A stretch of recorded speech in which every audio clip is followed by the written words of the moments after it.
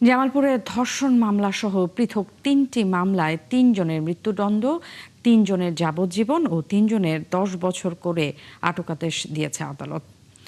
দুপুরে জামালপুর নারী ও শিশু নির্যাতন দমন ট্রাইব্যুনালের বিচারক মোহাম্মদ আব্দুর রহিম এই আদেশ দেন।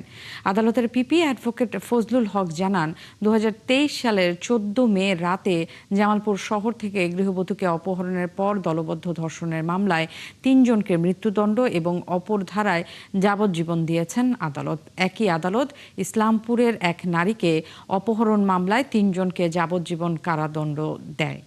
এছাড়া বকশীগঞ্জ উপজেলার কিশোরী খোদেজা হত্যা মামলার রায়ে ৩ জনকে ১০ বছর করে আটকাদেশ দেওয়া হয়েছে।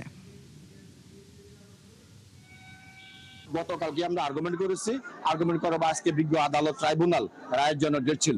আজকে বিজ্ঞ আদালত জনাব মোহাম্মদ আব্দুর রহিম সাহেব রায়ে ৩ জন আসামিকে ওই ৭ ধারা মোতাবেক যাবজ্জীবন কারাদণ্ডে আদেশ প্রদান করে এবং গণধর্ষণ ৯ ধারা মোতাবেক আসামিদের মৃত্যুদণ্ডে আদেশ প্রদান করে এবং প্রত্যেক আসামিকে ২ লক্ষ টাকা জরিমানা আদেশ প্রদান করে এবং জরিমানার টাকা ভিকটিম প্রাপ্ত হয়।